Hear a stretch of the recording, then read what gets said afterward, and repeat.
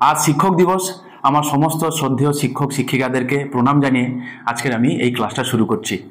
তো তোমরা অলরেডি জানো যে আমার একটা সিরিজ চলছিল ইন্ডিয়ান পলিটিক্স, সেটা হচ্ছে ঝুঁকেগা নেই সিরিজ, রাইট। সেখানে আমি লক্ষ্মীকান্তের উপর ভিত্তি করে প্রত্যেকটা চ্যাপ্টার ধরে ধরে বিভিন্ন পরীক্ষায় যে কোশ্চেন এসেছে সেগুলো আমি করিয়ে দিয়েছি।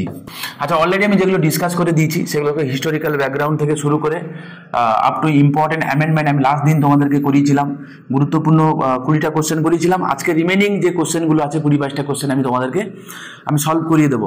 তো এইটা সবার জন্যই কাজে লাগবে, যে কোনো পরীক্ষায় তুমি দিতে যাচ্ছ। তো এই সিরিজটা অবশ্যই দেখে যাও, প্রত্যেকটা পরীক্ষার জন্য ভেরি মাচ ইম্পর্টেন্ট। আমি এটা ভেবেই করেছিলাম যে তোমরা যারা পয়সার অভাবে যারা পড়তে পারো না, তাতে পলিটি থেকে তোমাদের কোনো প্রবলেম না হয়, আমি প্রত্যেকটা চ্যাপ্টার ধরে ধরে ধরে ধরে তোমাদের এমসিকিউ থ্রু আমি তোমাদেরকে ডিসকাস করে আমি কিন্তু পড়িয়ে দিয়েছি। তোমাদের অবশ্যই কিন্তু এটা কাজে লাগবে, একবার দেখে যেও, ঠিক আছে। তো আজকের ইম্পর্টেন্ট অ্যামেন্ডমেন্ট যেগুলো সেগুলো পার্ট 2। তো চলো প্রথম কোশ্চেন কি আছে আমরা একটু দেখে নিই। বলছে right to property was dropped from the list of fundamental rights by. তো রাইট টু প্রপার্টি কবে আমরা ফান্ডামেন্টাল রাইট থেকে সরিয়ে দিয়েছি? তো তোমরা জানো এটা কি হবে, 44th কনস্টিটিউশন অ্যামেন্ডমেন্ট অ্যাক্ট। তোমরা অলরেডি এটাও জানো, এটা প্রচুরবার পরীক্ষায় এসছে, প্রচুরবার প্রায় সমস্ত পরীক্ষাতে এটা এসছে যে রাইট টু প্রপার্টিকে আমরা ইনিশিয়ালি রেস্ট্রিক্ট করেছিলাম প্রচুর অ্যামেন্ডমেন্ট করে, কিন্তু কখনো ড্রপ করিনি। তো ফাইনালি আমরা ড্রপ করেছিলাম কবে? 44th কনস্টিটিউশন অ্যামেন্ডমেন্ট অ্যাক্ট করে, 44th কনস্টিটিউশন অ্যামেন্ডমেন্ট অ্যাক্ট করে, ঠিক আছে। তো কোথায় কোথায় ছিল রাইট টু প্রপার্টি? তোমরা জানো article 19 clause 1 sub clause F, আর একটা জায়গায় ছিল আর্টিকেল 31, ঠিক আছে। তাহলে পরীক্ষা এটাও দিতে পারে যে এটা কবে ডিলিট করেছি, কবে আমরা কবে রিপিল করেছি। তো সেটাও same 44th constitution amendment act করে। এবং রাইট টু প্রপার্টি কোথায় আছে এখন? না, এখন 300A তে আছে। হ্যাঁ, তো রাইট নাও এটা একটা লিগাল রাইট, এটা একটা লিগাল রাইট, মাথায় রেখো, কনস্টিটিউশনালি গ্যারান্টেড, এটা একটা লিগাল রাইট, ওকে। এছাড়া 44th কনস্টিটিউশন অ্যামেন্ডমেন্ট অ্যাক্টে যেগুলো অ্যাড হয়েছিল তাদের মধ্যে একটা হচ্ছে আর্টিকেল 361A। তোমরা জানো যে no person shall be liable to any proceedings civil বা criminal in any court in respect of the publication in a newspaper of a substantially true report of any proceedings of either house of the parliament or legislative assembly. আমি আগের দিনও তোমাদেরকে বলেছিলাম, same যখন এসেছিল এগুলো আমি repeat করেছি এগুলো, কারণ যাতে বারবার বারবার করে পড়ে তোমার মাথায় থাকে, পরীক্ষা এটাই আসবে। এটা করা হয়েছিল যদি কোনো ট্রু রিপোর্ট পাবলিশ হয়, হতে পারে সেটা পার্লামেন্টে হোক বা স্টেট লেজিসলেচারে হোক, তাহলে যদি কোনো ট্রু রিপোর্ট পাবলিশ হয় তাহলে তার জন্য ওই ব্যক্তিকে, যিনি সাংবাদিক থাকবেন, তাকে অ্যারেস্ট করা যাবে না, ঠিক আছে। মানে কোনো সিভিল বা কোনো ক্রিমিনাল প্রসিডিংস তোলা যাবে না। তারপরে কি বলছে, empower the president to send back once the advice of cabinet. তোমরা জানো যে এর আগে 42nd কনস্টিটিউশন অ্যামেন্ডমেন্ট অ্যাক্টে এটা করা হয়েছিল যে যদি কোনো অর্ডিনারি বিল যদি প্রেসিডেন্টের কাছে যায় তাহলে তিনি সই করতে বাধ্য থাকতেন। 44th এসে এই 42nd যে রেস্ট্রিকশন যেটা, তো সেটা একটুখানি রিস্টোর করা হলো। তো সেটা অনেক সময় এটাও জিজ্ঞাসা করা হয় যে প্রেসিডেন্টের পাওয়ার যে 42nd কনস্টিটিউশন অ্যামেন্ডমেন্ট অ্যাক্টে যে আমরা রেস্ট্রিক্ট করেছিলাম, সেই পাওয়ারটা পুনরায় আমরা পুনরুদ্ধার করলাম। হ্যাঁ, তাকে আমরা খানিকটা ফিরিয়ে দিয়েছিলাম কোন অ্যামেন্ডমেন্ট অ্যাক্ট করে? That is 44th constitution amendment act করে, ঠিক আছে। চলো নেক্সট কোশ্চেন কি আছে দেখি। Which constitutional amendment is done to pass the GST bill? খুব ইম্পর্টেন্ট এবং প্রায় প্রত্যেক বছর পরীক্ষাতে আসে। তাহলে আনসার কি হবে? 101st constitution. আচ্ছা, অ্যাকচুয়ালি জিএসটি বিল বলেছে, কনস্টিটিউশন অ্যামেন্ডমেন্টটা জানতে চেয়েছে, রাইট। তো 101st কনস্টিটিউশন অ্যামেন্ডমেন্ট অ্যাক্ট, ওকে। এবারে অ্যাডিশনাল, এর জন্য সংবিধানের বেশ কিছু কিছু আর্টিকেল অ্যাড হয়েছিল। একটা হচ্ছে আর্টিকেল 246A, মনে আছে আশা করি, কি বলেছে না, legislative competence to the centre and the states to make law with respect to GST. বলেছে কি যে জিএসটি সম্পর্কে, জিএসটির উপরে ল বানাতে পারে স্টেট এবং ইউনিয়ন, সেটা আর্টিকেল 246A তে আছে। 269A তে কি বলেছে না, levy and collection of GST in course of inter state trade or commerce. তাহলে ইন্টার স্টেট যে হয়, একটা রাজ্যের সঙ্গে আরেকটা রাজ্যের সঙ্গে যে হয় আইজিএসটি গল্প, তো সেটা আমরা দেখতে পাবো আর্টিকেল 269 এর তে দেখতে পাবো। এবং আর্টিকেল 279A তে কি বলা হয় না, তোমার provides for goods and service tax council, GST কাউন্সিলের কথা আছে। প্রত্যেকটা মাথায় রেখো, পরীক্ষার জন্য প্রত্যেকটাই ভেরি মাচ ইম্পর্টেন্ট। আর জিএসটি কাউন্সিলের এক্স অফিসিও চেয়ারম্যান কে হয়? চেয়ারম্যান কে হয় না, এটা এক্স অফিসিও চেয়ারম্যান হয় কে না, ইউনিয়ন ফাইন্যান্স মিনিস্টার, ওকে। ইউনিয়ন ফাইন্যান্স মিনিস্টার, ঠিক আছে, মাথায় রেখো, এক্স অফিসিও চেয়ারম্যান। চলো পরবর্তী প্রশ্ন দেখি। বলছে which amendment authorise the government to fill the backlog of vacancies for the schedule caste and schedule tribe as these two vacancies are to be treated as a separate class of vacancies to be filled in any সাকসিডিং year or years, তো বলেছে যে separately schedule caste এবং schedule ট্রাইবকে separately deal করতে হবে এবং তাদের জন্য আলাদা আলাদা ভ্যাকেন্সি থাকবে, সেই অনুযায়ী ফুলফিল হবে। তো এর জন্য কোন অ্যামেন্ডমেন্ট করা হয়েছিল? It is 81st constitution amendment act. ঠিক আছে, তো তোমরা জানো যেটা পাস হয়েছিল কবে? 2000 সালে পাস হয়েছিল এবং তার জন্য নতুন একটা ক্লজ অ্যাড করা হয়েছিল, সেটা হচ্ছে কি না ক্লজ 4B।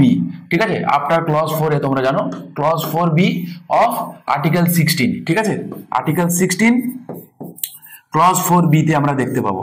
ঠিক আছে, নেক্সট কি? আচ্ছা, আর্টিকেল 16 এ কি বলে? Equal opportunity in matter of public এমপ্লয়মেন্টের কথা বলে। ঠিক আছে, চলো এই কোশ্চেনটা কি আছে আমরা দেখে নিই।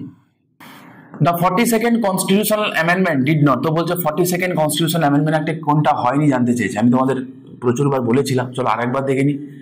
তো বলছে add the new word socialist, secular and integrity to the preamble. তো বলছে কোনটা হয়নি জানতে চেয়েছে। এটা তো হয়েছিল, রাইট?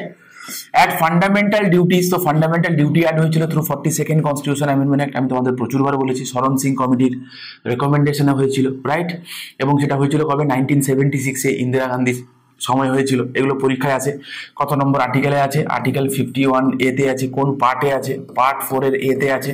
ফান্ডামেন্টাল ডিউটি আমরা কোন দেশ থেকে বড় করেছি? রাশিয়া থেকে বড় করেছি, মানে ইউএসএসআর। রাশিয়া থেকে বড় কথা, ইউএসএসআর থেকে আমরা বড় করেছিলাম। ঠিক আছে, তো এইগুলো পরীক্ষায় আছে। তো এটা হয়েছিল অবশ্যই। Delete the right to property clause from article 19, এটা তো হয়নি। এটা হয়েছিল through 44th constitution amendment act. তার মানে ডিটাও হয়েছিল। Amend article 353 relating to proclamation of emergency, তো বলছে হ্যাঁ exactly proclamation of emergency related তো অ্যামেন্ডমেন্ট হয়েছিল। ঠিক আছে, নেক্সট চলো কি বলেছে দেখি। বলছে which of the following constitutional amendments was enacted to deal with issues of national integration in 1960s, enabling the state to impose by law responsible restrictions on the exercise of the fundamental right of freedom guaranteed in Article 19 in the interest of the sovereignty and integrity of India। আচ্ছা, একটা কথা তোমাদের বলে নিই, এই কোশ্চেনটা পড়ে একটু সত্যি লেন্দি আছে কিন্তু খুব গুরুত্বপূর্ণ কথা বলেছে। আমরা দেখতে পাবো কি যে মৌলিক অধিকার যেগুলো আছে fundamental rights, they are not absolute, but প্রত্যেকটা মৌলিক অধিকারে কি আছে? রিজনেবল কিছু রেস্ট্রিকশন আছে। তো তেমনি আর্টিকেল 19 কি আছে না freedom of speech and expression. Article 19 clause 1 sub clause A B C D করে আছে, 6খানা রাইটস আছে, রাইট? তো বলছে সেখানে যে এটাকে রিজনেবল রেস্ট্রিকশন চাপানো হয়েছিল। ঠিক আছে, আর্টিকেল 19 এর উপরে কোন অ্যামেন্ডমেন্ট অ্যাক্ট করে? কোন সেই রিজনেবল রেস্ট্রিকশন? না দুটো কথা বলেছে, সোভারেনিটি এবং ইন্টিগ্রিটি। এই দুটো ওয়ার্ডই অ্যাড করা হয়েছিল through 16th constitution amendment act করে। ঠিক আছে, 16th কনস্টিটিউশন অ্যামেন্ডমেন্ট অ্যাক্ট মাথায় রেখো। কবে হয়েছিল? 1963 তে হয়েছিল। আমি একটু আগেই তোমাদের বলেছিলাম যে রাইট টু প্রপার্টি যেটা আছে, তো শুধুমাত্র মানে রাইট টু প্রপার্টি শুধু নয়, আরো একাধিক আছে। রাইট টু প্রপার্টিকেও আমি যদি ধরি, আমি বললাম না যে মৌলিক অধিকারগুলোকে রেস্ট্রিক্ট করার জন্য স্পেসিফিক্যালি আর্টিকেল 19, আর্টিকেল 31 রেস্ট্রিক্ট করার জন্য একাধিক সময় একাধিক অ্যামেন্ডমেন্ট অ্যাক্ট হয়েছিল। তাদের মধ্যে এটাও একটা অন্য গুরুত্বপূর্ণ একটা amendment act. Okay, next. Which of the following were not inserted in part 4 of the constitution by 42nd amendment? তো বলছে পার্ট 4 মানে ডিপিএসপি তে নিচের কোনটা অ্যাড করা হয়নি through 42nd constitution amendment act. মনে করো আমি আগের দিন তোমাদের বলেছিলাম 39 এর A অ্যাড হয়েছিল, 43 এর A অ্যাড হয়েছিল, 48 এর A অ্যাড হয়েছিল, আর্টিকেল 39 এর ক্লজ F অ্যাড হয়েছিল। এবার দেখে নেওয়া, free legal aid to economically backward class. আচ্ছা, এটা বলেছে, ছিল কি ছিল না? ছিল তো। To provide free legal assistance to the poor and promote equal justice, তাহলে এটা হয়েছিল। নেক্সট কি বলছে? Participation of workers in management of organisation engaged in any industry হয়েছিল, আর্টিকেল 43 এতে আছে, right? Protection and improvement of environment আর organisation of village panchayat, এটা তো এমনি আছে 48 এর এতে। ঠিক আছে, আর কি অর্গানাইজেশন অফ ভিলেজ পঞ্চায়েত, এটা কি হয়েছিল? হয়নি। এটা হয়েছিল কবে? এটা হয়েছিল through 73rd constitution amendment act, right, of 1992। Panchayati Raj day আমরা কবে পালন করি? 24 এপ্রিল দিনটা, মনে রেখো।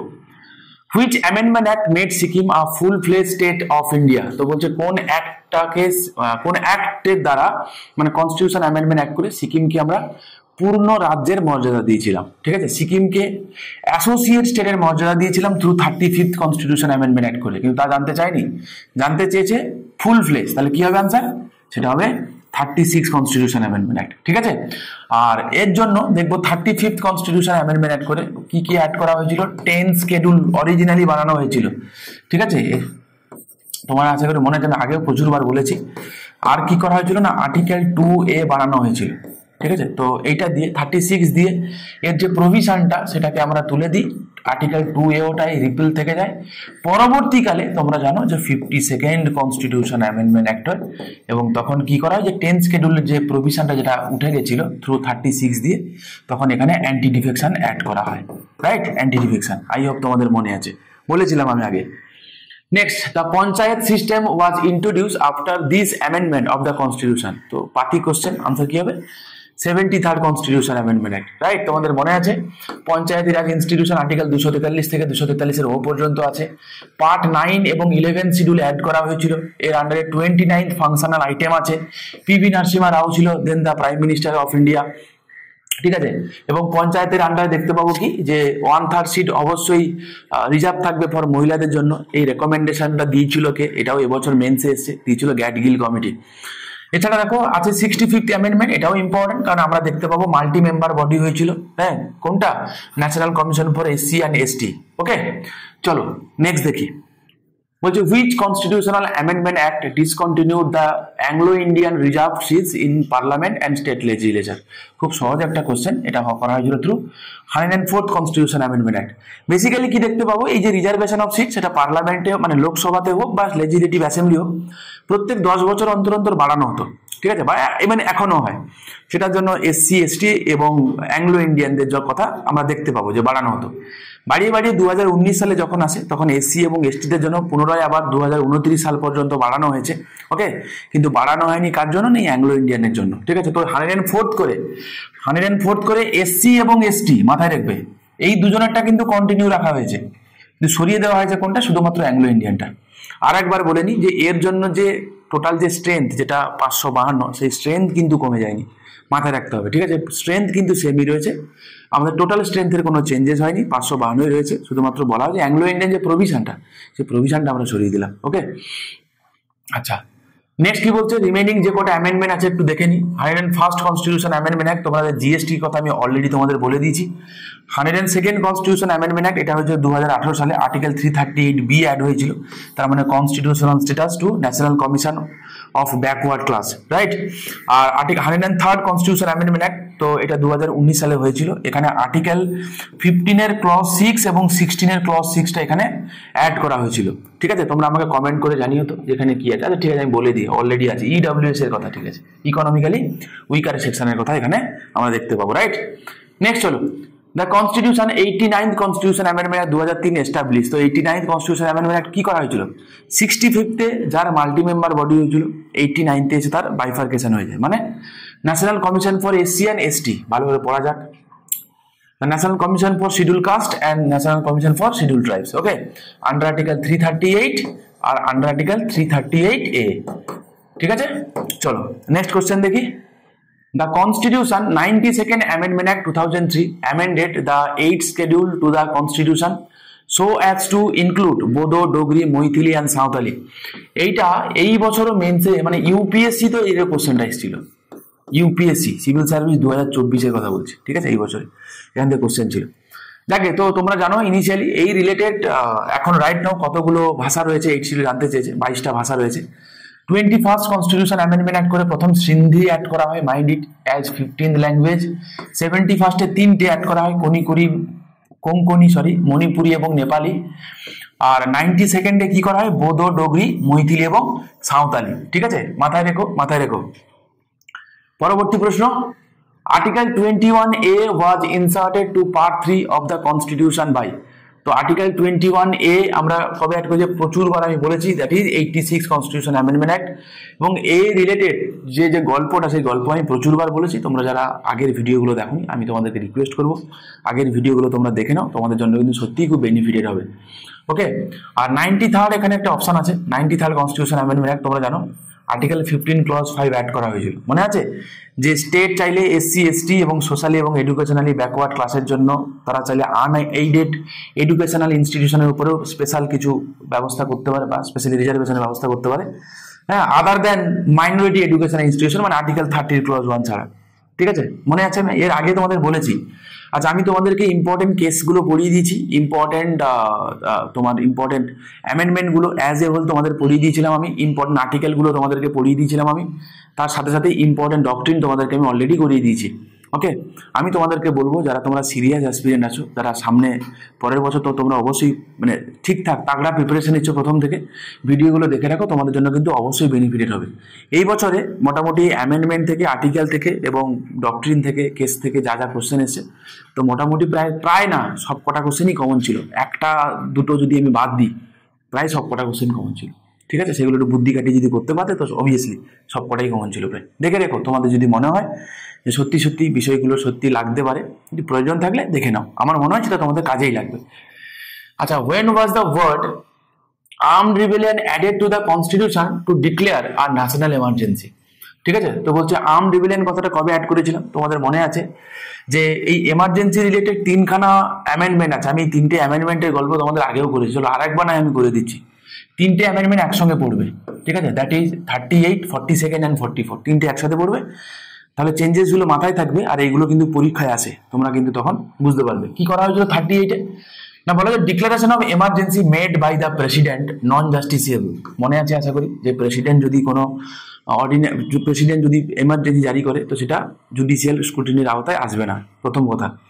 দ্বিতীয় কথা, যদি অর্ডিন্যান্স যদি বানায় প্রেসিডেন্ট বা গভর্নর তো সেটাও কিন্তু মানে সেটা জুডিশিয়াল রিভিউর আওতায় আসবে না। ঠিক আছে, আর কি বলছে, president two declare different national emergency on different ground simultaneously. এটা মাথায় রেখো, মানে প্রেসিডেন্ট অ্যাট এ টাইম দুটো এমার্জেন্সি জারি করতে পারে, কোনো চাপ নেই, বাট দুটো আলাদা গ্রাউন্ড হতে হবে। ঠিক আছে, খুব ইম্পর্টেন্ট কথা। আর 42 করা হয়েছিল কি, national emergency any part of India, মানে ন্যাশনাল এমার্জেন্সি ভারতবর্ষের either entire territory of India or any part of it, তার যে কোনো একটা জায়গাতেও ন্যাশনাল এমার্জেন্সি জারি করা যেতে পারে। আর 44th কনস্টিটিউশন অ্যামেন্ডমেন্ট অ্যাক্টে কি করা হয়েছিল, আই হোপ তোমরা জানো, যে ইন্টারনাল ডিস্টারবেন্স, যেটা মানে আগে ছিল ওয়ার, এক্সটার্নাল অ্যাগ্রেশন এবং ইন্টারনাল ডিস্টারবেন্স, এই তিনটে গ্রাউন্ড ছিল। মানে এটা ছিল এক্সটার্নাল এমার্জেন্সি, আজও আছে এক্সটার্নাল এমার্জেন্সি, এটা ছিল internal emergency. Internal emergency ground এখন বদলে গেছে, সেটা হয়ে গেছে এখন আর্মড রিবেলিয়ন। ঠিক আছে, তো এটা করা হয়েছিল থ্রু 44th কনস্টিটিউশন অ্যামেন্ডমেন্ট অ্যাক্টে।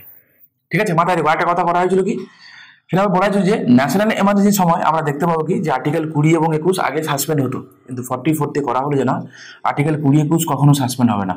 ঠিক আছে, মাথায় রেখো। আর president can declare national emergency on written recommendation of cabinet কথাটা আমরা দেখতে পাবো এখানে, দ্যাট ইজ আর্টিকেল 352 ক্লজ 3-তে। ঠিক আছে, খুব ইম্পর্টেন্ট, মাথায় রেখো। Next, which of the following constitutional amendments equipped president to impose national emergency on any particular part of India? এখনই বললাম, national emergency either entire territory of India or any part of it. কি হবে answer? 42nd constitution amendment act হবে, right? তো কি হবে answer?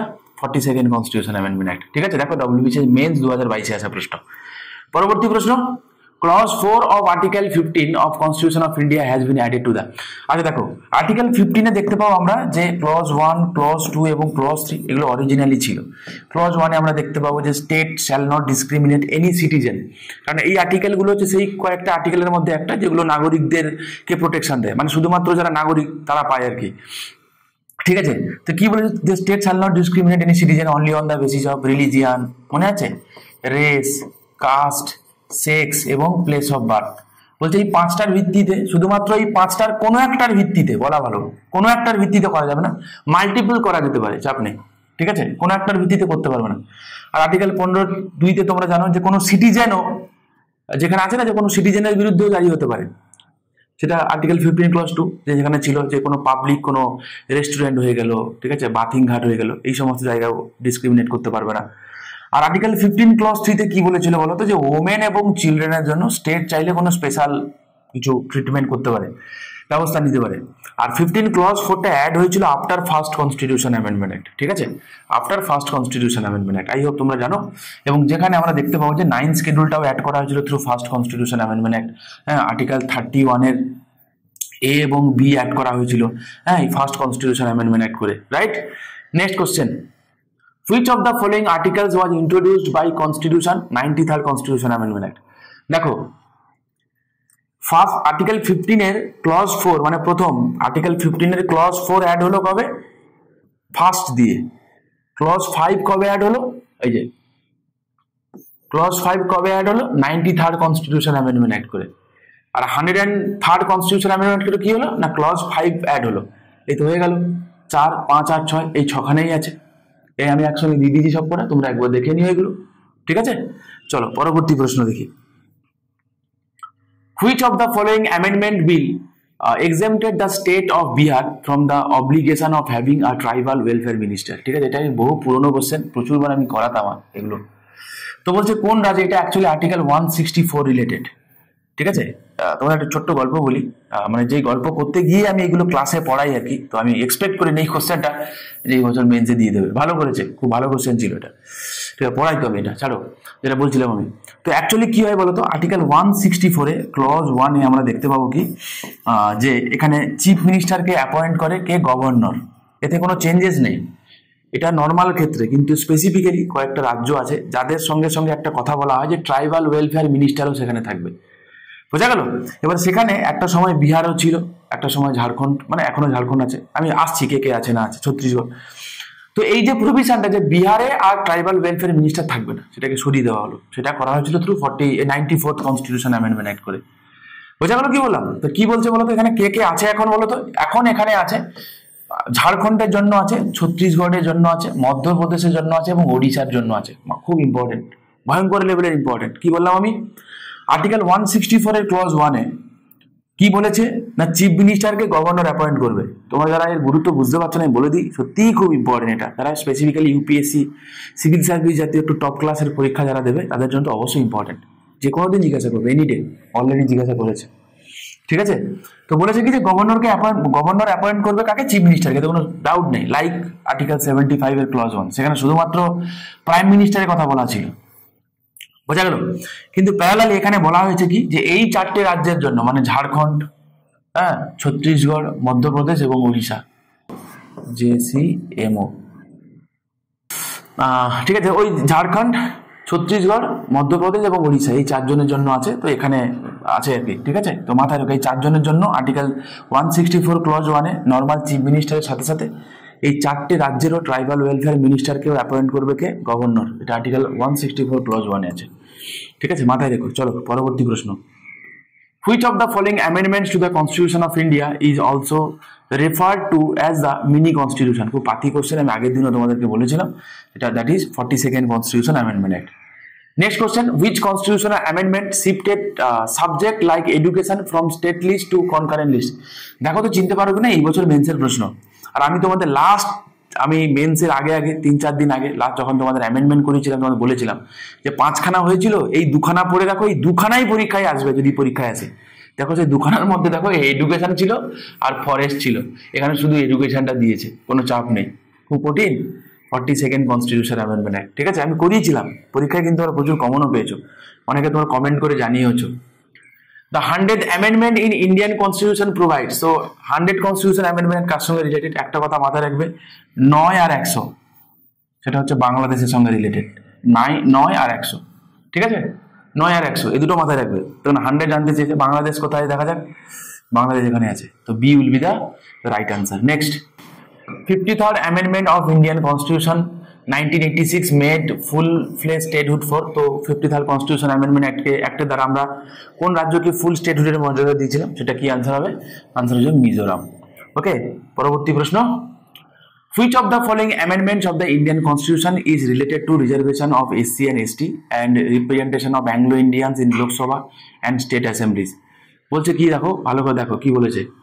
আমি একটু আগে তোমাদের বললাম না যে এটা প্রত্যেক 10 বছর অন্তর অ্যামেন্ড করে করে করে করে এটা বাড়াতে হয়, বললাম না একটু আগে, যেমন 104th।